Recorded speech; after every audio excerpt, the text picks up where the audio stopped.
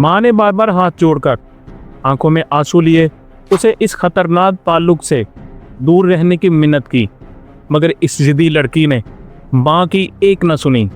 फिर इसकी नाफरमानी का ऐसा अंजाम हुआ जिसके बारे में जानकर आपकी रूह कांप उठेगी और सांसें रुक जाएंगी कि अगर वो माँ की बात मान लेती तो फिर ये ना होता।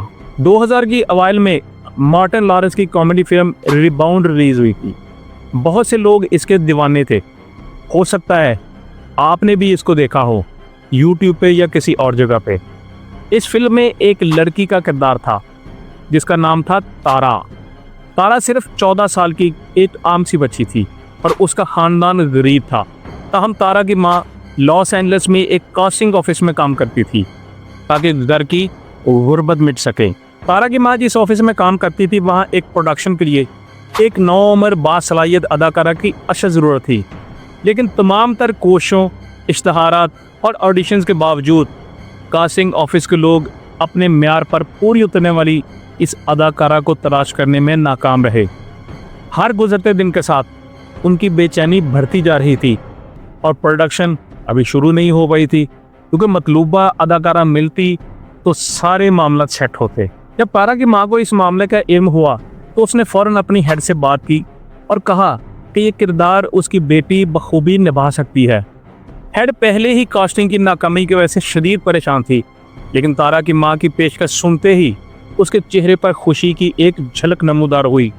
हेड ने फ़ौरन से जोश भरे लहजे में कहा, जल्दी से अपनी बेटी को ऑडिशन के लिए लेकर आओ, शायद यहीं से हमारी तलाश इख्तिताम पजीर हो जाए। तारा की माँ घर पहुंची तो दिल में एक उम्मीद लिए उससे मुखातिब हुई, बेटी क्या तुम फिल्म के लिए ऑडिशन देना चाहोगी? तारा की आंखों में चमक उभरी और उसने फ़ौरन हामी भर ली। ये उसका पहला तजुर्बा था, लेकिन जब ऑडिशन का वक्त आया तारा ने अपनी सलाहियतों से सबको हैरान कर दिया, सबको अपना गर्विदा बना लिया।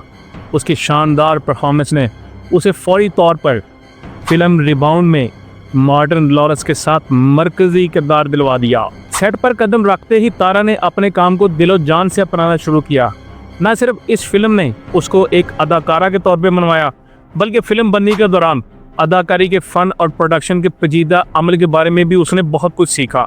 इस तजर्बे ने उसके कैरियर की बुनियाद रख दी।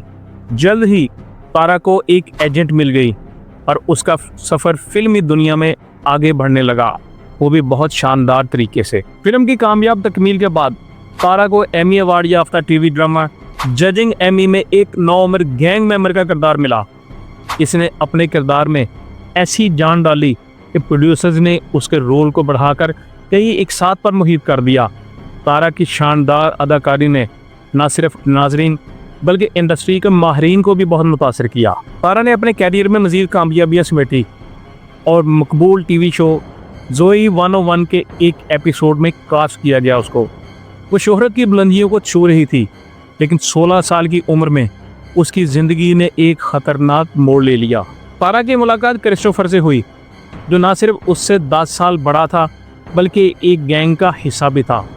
जल्द ही तारा ने अपना ज़्यादातर वक्त क्रिस्टोफर और उसके गैंग के साथियों के साथ गुजारना शुरू कर दिया और उसके फैसले उसके मुस्तकबिल के लिए ख़तरनाक साबित होने वाले थे।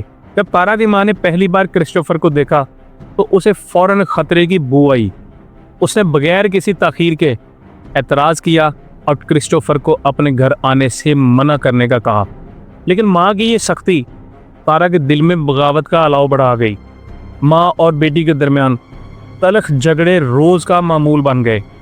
तारा की माँ ने सूरत हाल को काबू में लाने के लिए पुलिस से मदद तलब की ताकि क्रिस्टोफर से जान छूटे और उसकी बेटी पुरस्कुन हो, लेकिन क्रिस्टोफर के खिलाफ कोई ठोस सबूत ना होने की वजह से कानून हरकत में ना आ सका और क्रिस्टोफर तारा से मिलता रहा। तारा ने अपनी जिद में मजीद आगे बढ़ते हुए क्रिस्टोफर के साथ रहना शुरू कर दिया और दोनों ने एक अपार्टमेंट ले लिया, लेकिन इस फैसले के नताइज जल्द ही जाहिर होने वाले थे।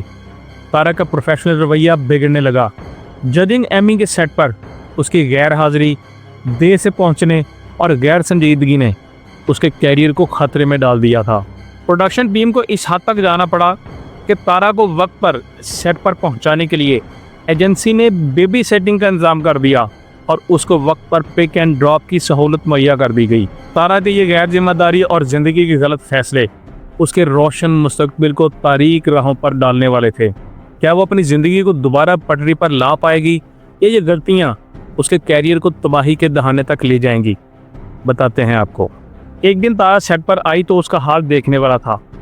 उसके चेहरे पर खराशें, आंखों में थकन और सीने पर एक नया इश्ताल अंगेज टैटू था। डायरेक्टर ने उसे देखकर तशवीश के साथ कहा, तारा, हमने तुम्हारे लिए मज़ीद एपिसोड्स लिखे हैं, तुम एक स्टार बन सकती हो। लेकिन तारा अपनी ज़िंदगी के बेकाबू तूफान में फंस चुकी थी। उसने इनकार कर दिया। ये सुनकर प्रोड्यूसर ने मायूस होकर उसके किरदार को शो से निकालने का फैसला कर लिया। जैसे ही जजिंग एमी की शूटिंग मुकम्मल हुई, तारा की एजेंसी ने भी उसे छोड़ दिया। उसका कैरियर जिसे वो बुलंद आसमानों तक पहुंचा सकती थी, ज़मीं बोस हो चुका था। तब पहली बार तारा को अपनी हकीकत का कड़वा एहसास हुआ। उसने अपनी ज़िंदगी को संवारने का फैसला किया और हर इतवार को चर्च जाना शुरू कर दिया। अपने एजेंट से दोबारा रब्ता किया और उसे यकीन दिलाया कि अब वो पहले जैसा कोई काम नहीं करेगी, कोई गलती नहीं करेगी। इस पर तारा को कुछ उम्मीद मिली जब एजेंट ने उसे एक मौका देने की हामी भर ली। लेकिन तारा की ज़िंदगी अभी भी दुरुस्त ट्रैक पर नहीं थी, क्योंकि वो क्रिस्टोफर से अलग ना हो सकी और उस पर गैंग का साया अभी भी गहरा था और वो इस दलदल से निकल नहीं पा रही थी। एक दिन उसने एक अहम ऑडिशन पर जाने के बजाय गैंग की लाइफ को तरजीह दी और नतीजा ये हुआ कि उसकी एजेंसी ने एक बार फिर उसे छोड़ दिया। जिंदगी की जंजीरें तारा को और ज़्यादा जकड़ने जा रही थीं। फिर एक पुरस्कून शाम तारा और क्रिस्टोफर अपने गैंग के साथ अपार्टमेंट कम्प्लेक्स के बाहर बैठे खुशगपियों में मसरूफ़ थे। कहकों की आवाज़ों में ज़िंदगी की बेफिक्री झलक रही थी कि अचानक फ़ज़ा गोलियों की गर्ज से लर्ज़ उठती है।